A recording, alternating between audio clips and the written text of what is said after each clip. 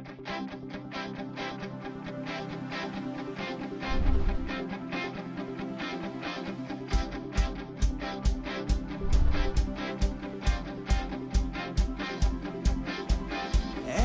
melhor dar que receber, disposto a amar se oferecer. Olá, queridos. Em virtude do advento aí do coronavírus, do Covid-19, nossa igreja decidiu por suspender todas as atividades no nosso templo, mas isso não quer dizer que a gente vai ficar sem o nosso conteúdo aqui. Nós teremos a nossa aula agora gravada, a gente vai disponibilizar via YouTube, vamos colocar num grupo do WhatsApp que foi criado, e aí através desse grupo a gente pode discutir algumas questões ali daquilo que a gente já estava estudando, para a gente não perder aí a continuidade do livro de 1 Timóteo, 2 Timóteo e Tito, falando sobre discipulado, tá certo? Então hoje eu vou inaugurar esse novo formato aí através das aulas via vídeo, vou colocar a aula lá no WhatsApp e contamos com a participação de todos vocês. A aula vai ser um pouco mais curta, mais objetiva, mas de qualquer forma a gente não quer perder aí o nosso vínculo, tudo aquilo que a gente já vem estudando, tá certo? Então hoje nós vamos falar de 1 Timóteo, capítulo 3. Esse conteúdo se repete no livro de Tito, então eu não vou explanar e também acredito que quem vai falar em Tito não vai conseguir expor tudo aquilo que o texto fala, mas vamos falar algumas coisas aqui. Esse texto vai falar a respeito da orientação de Paulo a Timóteo na instituição dos bispos, que pode ser traduzido também como pastor ou presbítero. As três palavras, dependendo da versão, você vai ver. E nós cremos que não há distinção entre pastor e bispo, diferente de outras religiões, que vão colocar isso como uma escala de hierarquia. Biblicamente a gente não vai ver, existem diversos textos, nós temos Atos 20, 28, Filipenses capítulo 1, verso 1, o próprio 1 Timóteo 3, verso 2, Tito capítulo 1, verso 7, Números 27, 17 vai trazer a palavra pastor ali, como pessoa que cuida, como líder que cuida de pessoas, 1 Pedro 5, de 1 a 3, diversos textos, a palavra presbítero aparece em Atos, capítulo 11, verso 30, capítulo 14, verso 23, então são diversos textos que vão usar as três palavras com o mesmo sentido daquele que lidera. Então o texto de 1 Timóteo 3 vai falar de pastores e também da instituição dos diáconos. O que eu queria falar aqui para a gente começar esse estudo? Nós vamos falar hoje, eu optei por não destacar item por item da lista, até porque eu vou deixar também para o próximo professor que vai falar lá em Tito. É muito conteúdo para a gente entrar em um por um. Eu gostaria de falar mesmo de um aspecto da importância da gente interpretar o texto bíblico. Nós estamos estudando um livro da Bíblia. Então algumas coisas sobre interpretação eu queria abordar com vocês para ser de repente aí um norte em próximos outros textos de outros livros que você venha a estudar. Eu entendo que quando você vai estudar um livro da Bíblia, você vai pegar um texto ali para estudar, primeiro você tem que ter honestidade com ele. Você não pode dizer que ele está dizendo o que ele não está dizendo. Então a primeira coisa que a gente precisa ver para um texto é o que o autor disse, o que ele quis dizer. Nós temos então, no capítulo 3, orientações de Paulo para Timóteo na instituição de pastores e diáconos. É isso. Inicialmente o texto foi isso. Porém, nós precisamos também, vou trazer aqui alguns aspectos desse contexto, o que acontecia na época em que Paulo escreve essa carta para Timóteo. Também a gente precisa entender, até por conta de algumas orientações que aparecem aí no capítulo 3 de Timóteo. E por fim, como que eu vou aplicar esse texto para a minha vida? E eu queria começar por esse terceiro ponto que eu acabei de trazer. Se 1 Timóteo está na Bíblia, se esta orientação de Paulo a Timóteo também foi lida para a Bíblia e foi incluída no nosso cânon, na nossa Bíblia, quer dizer que esse texto é para nós. Eu não posso entender assim, olha, isso daí é só para pastor, isso daí é só para diácono, essa orientação é exclusiva para pastor, essa é para diácono. Nós estamos ali no ano de 64 depois de Cristo. Entenda que Cristo fora crucificado em 32 depois de Cristo. Ou seja, a igreja, e não a igreja de Timóteo, a igreja como instituição universal existia há 32 anos. Então nós não podemos pegar essa orientação de uma igreja que é praticamente a idade que o horto tem e querer transportar ela ao pé da letra para o dia de hoje. Paulo vai dar algumas orientações aí nesse texto que se aplicam àquela época, por problemas que existiam naquela época, por situações que existiam naquela época, a maturidade daquele povo, né, com 32 anos de igreja, não existia o Novo Testamento, não existiam seminários, não existia essa gama de livros, desse conhecimento todo que fora produzido por homens de Deus ao longo de 2000 anos de igreja. Então quando Paulo fala, por exemplo, que o homem tem que ter uma mulher só, você olha isso hoje e fala assim, é óbvio, cara, como é que uma pessoa pode ter duas mulheres? Não que isso não aconteça nos dias de hoje, um homem ter a bigamia, ser casado com duas mulheres. Mas naquela época, uma cultura judaica que tinha ainda isso na sua cultura, o grego também, eventualmente existiam gregos com mais de uma mulher. E como é que faz? Então existia um trabalho daquela igreja primitiva, do primeiro século, para tirar essa ideia cultural que nunca foi bíblica, nunca foi de Deus, mas se instaurou. Então existiam ainda naquela época homens que tinham duas mulheres, por exemplo. Então a gente precisa entender o contexto. Na aula passada do alemão, ele trouxe lá uma orientação de que a mulher não podia falar no culto. E a gente contextualiza isso numa boa, porque as mulheres falam, ensinam e pregam. Já vi mulher pregar, dar aula, são professoras na nossa escola bíblica dominical. Então a gente entende que aquele texto tinha um contexto lá da deusa Diana, das profetisas, né, daquele tempo. Então esse trabalho de aplicação, eu preciso conhecer o contexto, mas daí extrair o que aquela essência daquele texto tem para mim nos dias de hoje. Então, quando Paulo diz assim, Timóteo, escolha homens de boa índole, de boa fé, e esses homens precisam seguir essa lista de qualidades, é óbvio que essa lista tem a ver comigo e com você também. Toda a igreja, inclusive naquela época, para cada orientação que Paulo dá, a própria Bíblia já tinha reforçado todos aqueles conceitos. Mas o que Paulo está querendo dizer?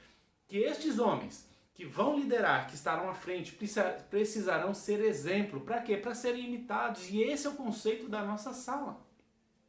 É o conceito da imitação. O discipulador é tão somente alguém que segue a Cristo, de modo que influencia outra pessoa a seguir também. Por isso que Paulo vai instituir e frisar que este líder, e aí eu vou pedir que vocês me permitam que eu aplique o termo de pastor, de diácono, neste momento, a nós como discipuladores. Então, aproprie-se desse conteúdo. Tudo aquilo que Paulo fala, que o pastor precisa ter, e precisa ter, obrigatório, e que o diácono tem que ter, estes precisam ter para ser exemplo. Exemplo para quê? Para que nós possamos segui-los. E a gente também aplicar isso no nosso dia a dia. Então, vamos partir desse pressuposto. E aí, para a gente fazer um pequeno exercício de interpretação da Bíblia, de pegar esse texto e tentar trazer ele para o dia de hoje, eu queria destacar um ponto. Em 1 Timóteo 3, aqui vai dizer no verso 3, vou fazer aqui a leitura do início todo. Essa afirmação é digna de confiança. Se alguém deseja ser bispo, pastor, presbítero, deseja uma nobre função. É necessário, pois, que o bispo seja irrepreensível, marido de uma só mulher, moderado, sensato, respeitável, hospitaleiro e apto para ensinar. Não deve ser apegado ao vinho, nem violento, mas sim amável, pacífico e não apegado ao dinheiro. Eu quero trazer aqui a questão do vinho. Eu vou pegar esse pequeno detalhe que vai falar a respeito do vinho, que está dizendo que ele não pode ser apegado ao vinho. Nós temos que ser honestos ao texto. E a pergunta é, o texto está dizendo que ele não pode beber? Não. Este texto não diz que ele não pode beber. Diz que ele não pode ser apegado ao vinho do mesmo jeito que ele não pode ser apegado ao dinheiro. Então, a gente não vai entender, se a gente entender que ele não pode beber vinho, ele também não pode ter dinheiro, seguindo a lógica. Então, honestidade ao texto. Eu não posso dizer que o texto diz aquilo que ele não diz, mesmo que seja verdade. Por quê? Porque é verdade, porque provavelmente existem outros textos bíblicos que vão declarar essa verdade. Ao pregar a palavra de Deus, a gente não pode manipulá-la, a gente tem que ser fiel àquilo que a gente lê. Então, o que isso quer dizer? Que a Bíblia está dizendo que não pode beber vinho? Será? Será que é suficiente eu basear em apenas um versículo para criar uma doutrina e seguir a minha vida? É claro que não. É claro que não. Então, eu vou dar esse exemplo do vinho, porque no processo de discipulado pode surgir esse tipo de dúvida.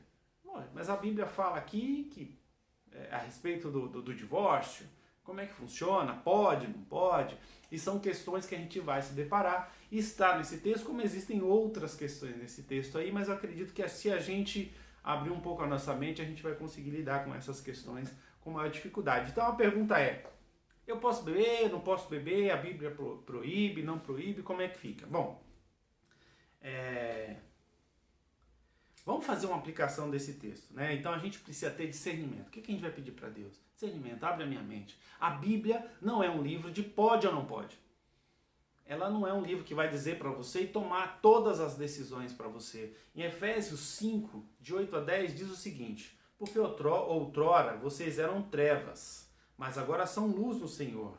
Vivam como filhos da luz, pois o fruto da luz consiste em toda bondade, justiça e verdade. E aprendam a discernir o que é agradável ao Senhor.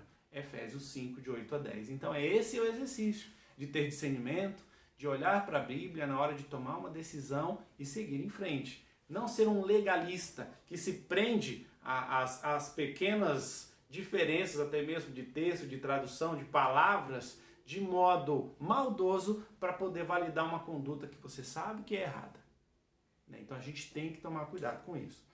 Então, vamos falar algumas coisas aqui. Primeiro, os crentes bebiam nessa época? Bebiam. E certa vez a minha mãe falou assim, mas o vinho da Bíblia não era alcoólico, né? E aí eu perguntei para ela, bom, então por que Noé tirou a roupa, né? Então, por que ele fez isso? Então, assim, era alcoólico.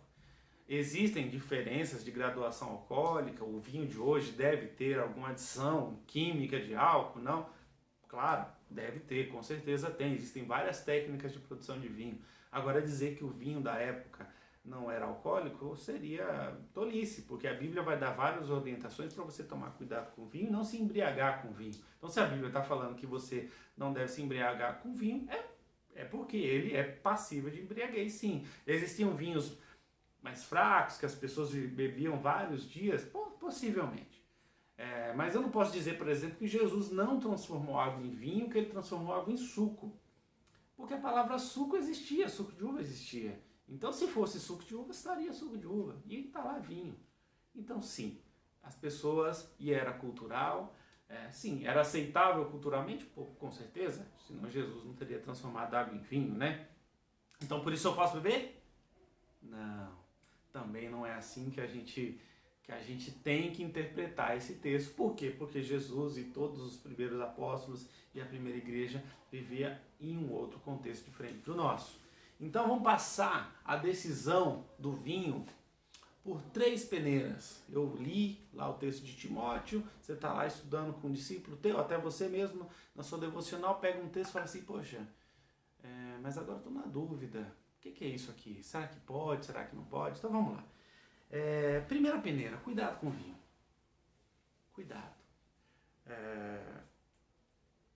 Efésios 5,18 vai dizer o seguinte, não se embriaguem com vinho, que leva à libertinagem, mas deixem-se encher pelo Espírito. O vinho tem potencial, ele tem potencial para tirar a nossa sobriedade. E é muito tênue eu definir aqui o que é que vai tirar ou não a sua sanidade, se é uma taça, se é meia taça. As pessoas têm um pouco da absorção do próprio fígado, é fisiológico, tem gente que toma nada e se embriaga, tem pessoas que têm um pouco mais de resistência. Portanto, eu não vou definir aqui para você, objetivamente, X, Y, é uma taça, 2. Eu quero dizer para você que a Bíblia está te dando um alerta, não se embriague. Perder a noção através do vinho é pecado.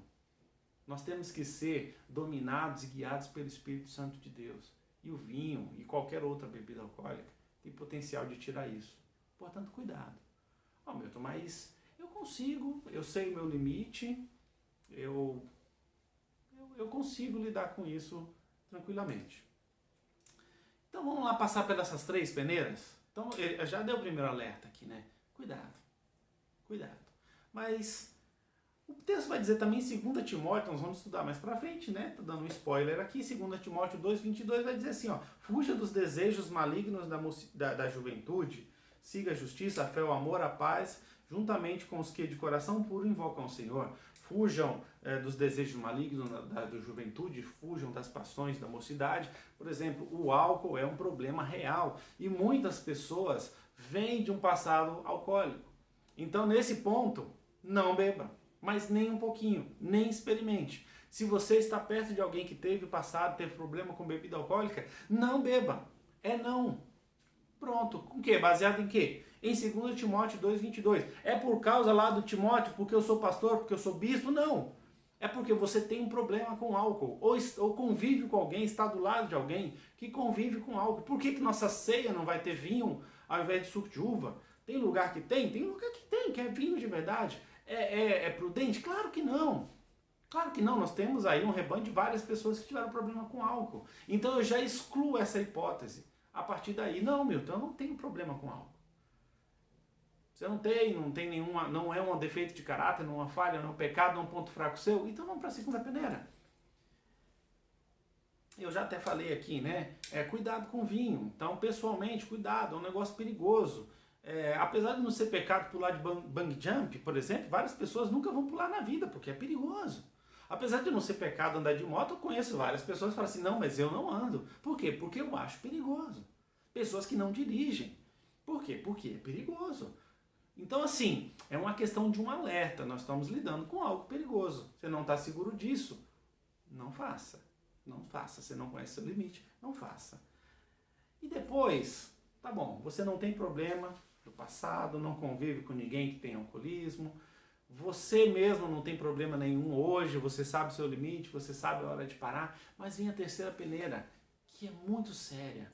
Cuidado com o vinho, cuidado com a paixão da mocidade. E terceiro, cuidado com o teu irmão. Por quê? Porque olha só, eu vou num texto aqui um pouco longo, de Romanos 14, de 14 a 23, que diz assim, como alguém que está no Senhor Jesus, tenho plena convicção de que nenhum alimento é por si mesmo impuro, a não ser para que assim o considere, a não ser para quem assim o considere. Para ele é impuro. Se o seu irmão se entristece devido ao que você come, você não está agindo por amor. Por causa da sua comida, não destrua seu irmão, por quem Cristo morreu. Aquilo que é bom para vocês não se torne objeto de maledicência, pois o reino de Deus não é comida nem bebida, mas justiça, paz e alegria no Espírito Santo. Aquele que assim serve a Cristo é agradável a Deus e aprovado pelos homens. Por isso, esforcemo-nos em promover tudo quanto conduz à paz e à edificação mútua. Não destrua a obra de Deus por causa da comida. Todo alimento é puro, mas é errado comer qualquer coisa que faça os outros tropeçarem. É melhor não comer carne e nem beber vinho, nem qualquer outra coisa que leve seu irmão a cair. Assim, seja qual for o seu modo de crer a respeito dessas coisas, que isso permaneça entre você e Deus. Feliz é o homem que não se condena naquilo que aprova. Mas aquele que tem dúvida é condenado se comer, porque não come com fé, e tudo que não provém da fé é pecado. Romanos 14 a 23. Então, gente, tá claro, né? Então, se leva meu irmão a pecar, se vai destruir a paz, se vai causar contenda, se vai causar mal-estar, mau testemunho. Jesus vai falar assim, olha, é melhor você amarrar uma pedra no teu pé e jogar no lago do que você levar um desses pequeninos à perdição e dar mau testemunho. Então, esse tipo de alerta faz com que praticamente 99% das pessoas não bebam. Mas ele não vai beber porque Paulo falou para Timóteo que o pastor e o bispo não devem beber. Não! Ele vai tomar a decisão de beber, seguindo o discernimento que o Espírito Santo dá para ele em diversas situações do seu contexto cotidiano. Isso é ser discipulador. É observar a sua conduta de acordo com aquilo que a Bíblia preconiza, mas de acordo com o que a situação pede. Eu vou perguntar, é pecado namorar? Opa, o legalista vai dizer, não, a Bíblia só diz que é pecado namorar não crente. Será? Será que que é isso mesmo que a Bíblia diz? Sim, a Bíblia diz que a gente não tem que ter julgo desigual. Mas o fato de uma pessoa ser cristã, ela já habilita você a automaticamente namorar com aquela pessoa, ou fazer uma sociedade com aquela pessoa, porque a Bíblia, o legalista vai somente na lei, e na letra ele vai dizer assim, não, a Bíblia só proíbe ímpio. Não, será que eu posso fazer sociedade com qualquer cristão? Então a gente precisa ter discernimento do Espírito e sabedoria para ler o texto bíblico, para destrinchar, e para fazer e ser exemplo, fazer aquilo que o Espírito Santo quer que a gente faça. Eu lembro que o meu primeiro, já encerrando essa nossa rápida aula, eu lembro de um primeiro chefe meu que disse assim, uma coisa simples, foi o primeiro chefe, mas nunca esqueci. Ele falou assim, Milton, na dúvida não faça. Simples assim. Você vai executar uma tarefa, está com dúvida? Não faz. Você está com dúvida, devo não beber? Não beba. Não beba até você entender que sim. Aí você vai entender que você nunca vai fazer isso publicamente, porque nós estamos numa cultura que não aceita isso de forma natural. Então eu nunca vou fazer isso publicamente. Eu não quero saber se você bebe ou não, isso é só um exemplo de tantas outras decisões que nós temos que tomar no nosso dia a dia. Política, trabalho, eu devo ou não aceitar determinado trabalho, eu devo não fazer determinada coisa, cantar determinada música, tomar qualquer decisão na minha vida. Como discipulador e como discípulo, a gente precisa seguir o conceito inicial, que Paulo vai dizer assim, olha, vou voltar aqui para o texto, e na hora que ele fala para escolher, ele vai começar assim, ó, é necessário que o bispo seja irrepreensível. E essa ideia inicial, ela permeia todo o resto, irrepreensível. Eu não sei o que é na sua conduta que pode ou não te tornar irrepreensível. Você sabe muito bem aquilo que de repente pode pegar mal, que não é legal, que não é correto. E aí nesse momento a gente tem o Espírito Santo para nos discernir, para nos orientar, para nos levar a ter uma postura de Cristo. E é esta postura que vai fazer com que as pessoas sejam discípulos de Cristo. Que Deus nos abençoe nessa tarefa. Absolutamente não é fácil. Quando a gente olha essa lista, a gente fica até com um pouco de medo. Nossa, como eu vou conseguir cumprir todas essas exigências? Nós não vamos conseguir sozinhos, queridos. Você não tem condição de fazer isso por sua própria força. Mas pelo Espírito Santo, sim, nós podemos. Que Deus nos abençoe. Amém.